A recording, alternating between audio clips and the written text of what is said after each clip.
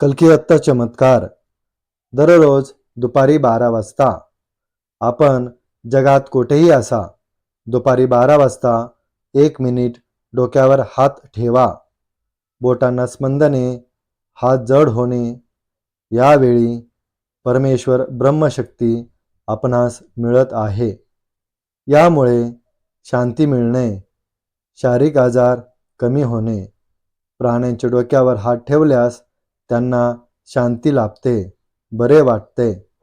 आंबा, लिंब इत्यादी वृक्षांना हात लावल्यास त्यांची उत्तम प्रगती होते.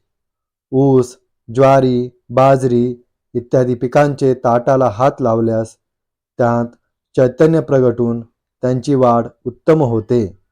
भरपूर पीक येते. बुद्धी वाढते. सतत यश मिळते. आयुष्य वाढते. काळी विद्या संपते. हृदय ECG व्होल्टेज सुधारतात. शुभम भवतु.